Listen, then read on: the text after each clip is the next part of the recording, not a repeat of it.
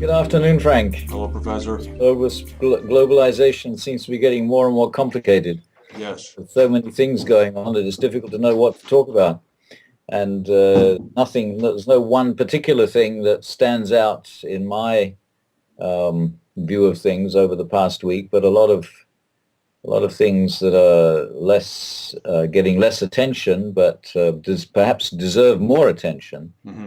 that I haven't heard much discussion of yet. And what stands out in particular is the possibility that the Saudis are planning to get nuclear weapons from Pakistan, which I think is particularly interesting given what's being publicized about the P5+1 talks in Geneva, and the general discussion of the relationship between the Obama administration's strategy and the minority in Congress that are against it, and the Israeli government. So it seems as though the whole discussion of nuclear weapons is becoming totally irresolvable. It looks like there's going to be a Sunni bomb, a Shia bomb, a Jewish bomb. Maybe we should have a Christian Coptic bomb, and every minority should have a bomb. Well, we've got a Buddhist bomb, presumably in China, That's and true. it's not clear whether that's represents all Buddhists or not. Well, I mean, this is the argument of the gun lobby. If everybody was armed, it'd be a great deterrent. No one would ever Yeah. start anything. And there's been more of that this past week as Yes, well. there has been.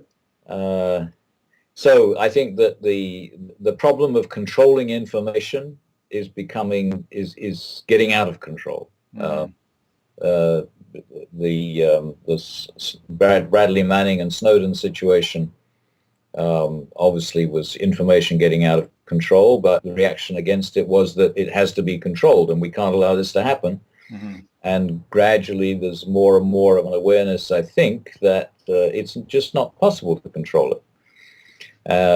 So what we need is rules. Hmm. We can negotiate with people. And that's going to have to cover nuclear information as well, because it's obvious that we can monitor the world in such a way that we can pick up Yeah. evidence of production, but we can't stop the movement of information. No, I think the movement of information is it's so porous right now that it's impossible to do anything about it. And it's interesting. Of all of the things that have happened this week, the thing that struck me the most, and it's a little bit askew, is the victory in the New York mayoralty race by Bill de Blasio, who won something like 80% of the vote, running on the simple, unabashedly liberal premise of dismantling essentially the Bloomberg pro-billionaire, pro-business edifice. And it just struck me that it was just amazing to me that 80% of the people in one of the country's most populous cities bought into that. Now, I probably would have voted for him, but nevertheless, I mean, the guy he was running against was a perfectly capable candidate who was essentially running on the Rudy Giuliani ticket, and 12 years ago would have won election as mayor. And it just struck me that there's been a sea change in people's perceptions and attitudes toward wealth, towards those who have versus those who have not. And the people who voted for de Blasio could hardly be classified in the whole as have-nots. I mean, they were people who presumably were making six-figure incomes and above, but people who just had decided that they wanted more of a social safety net and wanted more of a horizontal kind of governmental caring, even if it was an attitudinal adjustment as compared to just tangibly providing new things. I was very surprised at that. There's the 80% voting for the 99% That's exactly what it was. I don't know where the other 19% were. and didn't go to the polls. They probably didn't go to the polls. Yeah. Well, but that's somewhat un-American, isn't it? It's not likely to happen in Texas, for example. No, no, no. It couldn't happen anywhere but New York City. Yeah. And then the other thing that struck me is the Iranians actually seem to be actually interested in coming to some sort of a deal. And I noticed that this morning the United States let the cat out of the bag and said that for measurable progress, they would consider relaxing some of the sanctions. And of course, Netanyahu is very upset with this, appropriately so. And Kerry fired a shot across their bow earlier today, not even in the direction of the Iranian discussion, but going back to the discussion with the Palestinians, saying that you don't want to have a third intifada here. You need to be able to resolve this within the time frame that we've worked out. Well, Netanyahu presumably made things difficult for himself by passing this new legislation about settlements Yes. At a time when, at the worst possible time. So, I mean, on the one hand, where there was supposed to be Palestinian-Israeli negotiation and the Israelis torpedoed it, there was supposed to be Taliban-Pakistani negotiation backed by America, and America torpedoed it when they had a drone kill the senior Taliban commander. Right. But I think, to go back to the Iran situation, the people in Washington understand, but not many other people do, except probably Ashton, that the people they're dealing with in Iran now are totally different from the people they were dealing with before. I mean, I can say this because I know Jawad Sharif, the man who's the foreign minister. I've sat next to him at dinner and talked to him, and he's the sort of person you'd be happy to have at your dinner table at any time. He's extremely intelligent, well-read, well-educated, knows the world, and it's like going back to talking to the senior people in government in the 1970s before the revolution. Okay. Rouhani, I don't know, but obviously he picked these people. Right. Right. So there's a practicality here. Yeah. Yeah. Okay. And what has to happen, which is what the people in the previous regime under Ahmadinejad were fighting for in rather unproductive ways, is that Iran has to be accepted as an equal, a diplomatic equal, obviously. Not equal with America, China, and other countries in terms of wealth and force, but they're not weaklings and they're not poor either. No, they're not on either account. They're technologically very capable, and it's quite amazing what they've achieved technologically while the sanctions are in force. It is. It is. So that's another thing. A third thing is the Indian Mars launch. You shake your head. I don't understand it. I mean, I assume it's something that needs to be done for national prestige. Well, India, I mean, I think that the more multilateral our scientific endeavors are, the better. After all, in the same way that we don't want all cars to be made according to an American model, and it's that the French make their own cars because they look very, if you open the bonnet of a French or the hood of a French car, it looks very different from what's under the hood of an American car. And I think the same thing should be the case in other things as well. So the Indians have been very advanced in these things before, but they've not actually put the money into producing something. No, they haven't. And it's interesting that they've now done that. So it's now not just China and India, America, Britain, and France, but also North Korea and it's other places that are beginning to show that they can do this. I think Japan as well. Yeah, Japan. Yeah. So. Everybody's got, or a lot of people have got back at India and said, why are you doing this when you've got all these poor people who are undernourished and so on. But it really is a separate argument. I mean, the amount of money, although it's an enormous amount of money being spent on this, is not, if they didn't do this, it wouldn't solve the other problem. No. It's interesting because I have a whole different slant now on the news when I read the papers, and I realize that everything I'm reading on the headlines has already been told already to our policymakers and to the president weeks and months in advance because of the eavesdropping and the listening. And it just strikes me as it's amazing to me. I mean, and then it forces me to think, well, all right, if, for example, the American government knew about this a month ago, let's look at their actions since a month ago toward a particular country or a regime to track how they might have been acting to insulate themselves from the publicized announced decision or whatever it might be. And I'm thinking specifically of what's been going on with the Saudis and the little dance that they've been doing, trying to move away from the American hegemony yoke, but at the same time not really moving away. And then I'm looking at what's been going on in Western Europe. I mean, Angela Merkel has some real problems now with the NSA disclosures. And the Germans have sent two very senior people over in the past 2 weeks. And there's a real concern now that the Americans still don't, quote, get it as to how big a problem this is. And there's talk in the Bundestag over there about offering Snowden asylum in Germany and bringing him in to testify in front of a committee.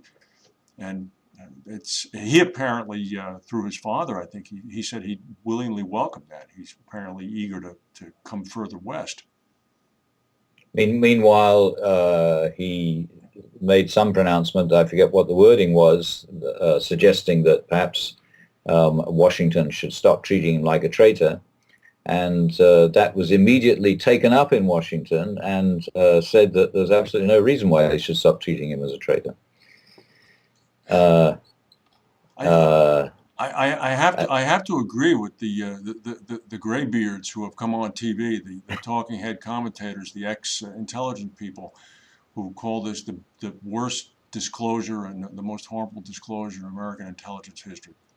I mean, it's mind-boggling what's been given up. Now, even if everybody quote unquote knew about this and everybody tried to do it to each other, now unfortunately we know, the people know, the street knows. Did you see the article in The Economist, which starts off, the first rule of spying is you don't get found out? That's right.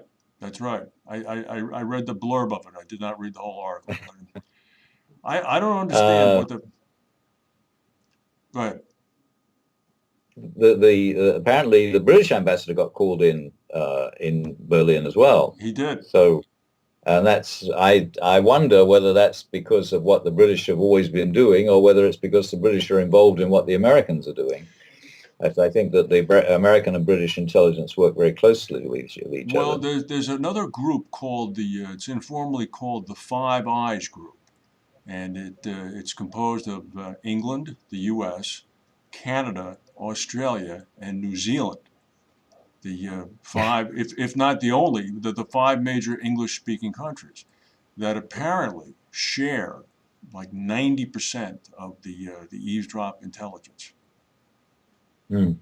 And yes, I noticed that, and I wondered why that selection is made, because it's so obviously the English-speaking countries that, except for South Africa, I don't know. Well, I mean, one can easily explain why South Africa would get left out, but yes, it's surprising in a way. Anyway, the other thing that I noticed, well, two other things. One is that Indonesia is introducing a national healthcare system. I did see and that. There's been a review of that on the BBC and their problems. Mm-hmm. And it's interesting to hear about that. I hope it gets publicity in this country. How is that going to work with all those diverse archipelagos there? Well, apparently there's a great deal of difficulty because Indonesia apparently has a lower ratio of doctors per head of population than other Southeast Asian countries. Mm-hmm. So there's a lot of difficulties in making it work. And I didn't hear when they're going to actually launch it, but okay. I think it's good to hear that other countries are trying to do this sort of thing. Mm-hmm. Then there's now a total ban on trans fats. That just came out in the past 12 or 15 hours. Yes, yes, uh, yes. which is interesting because I've been thinking the last few days about the future of food for various reasons, because I'm organizing a course on it next semester. And I think human nature is showing through more and more, and the cultural traditions of food preference and um, food demand Mm. are giving in to human nature more and more. And as I was thinking of this, it occurred to me that nobody has really tried to explain why tea spread so amazingly all of a sudden. Uh-huh. And when the British started, I mean, the Chinese had drunk tea for a long time, I think, but I'm not sure how long. And they used to drink it just as it was with no milk or sugar.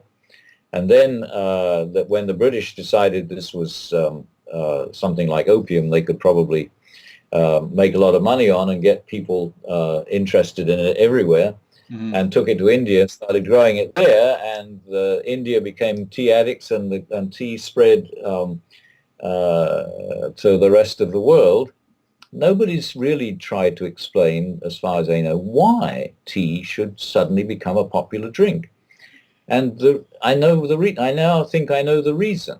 Why is it, do you think? It's it's that we were genetically programmed to when before we started producing our own food to eat fruit, sweet things, because we came from a frugivore Yes. ancestry, and to avoid bitter things because they were usually toxic. Very interesting.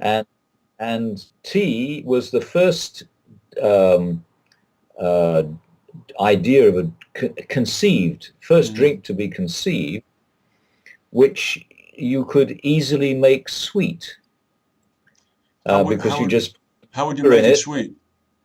You put sugar in it and it dissolves because Ah, sugar was being produced at the same time. okay. All right. So um, because this was what 150 years before, over 100 years before Coca-Cola. Yes. Uh, Yes. and that's why as soon as Coca-Cola became available, people started drinking Coca-Cola instead of tea because they didn't want to spend time making the tea. Right. Right. And also, in some parts of the world, people think it's better to drink cold things than hot things. But I think that the reason that tea spread was that it was a vehicle for sugar, because outside China, I don't think there's anywhere in the world where people drink tea without sugar until the prejudice against sugar began to develop in the last few decades. You're probably right because the British controlled the sugar trade.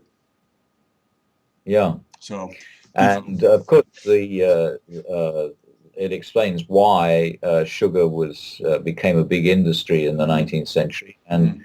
ruined the health of the English working class. It did have a big effect on it. Indeed, indeed.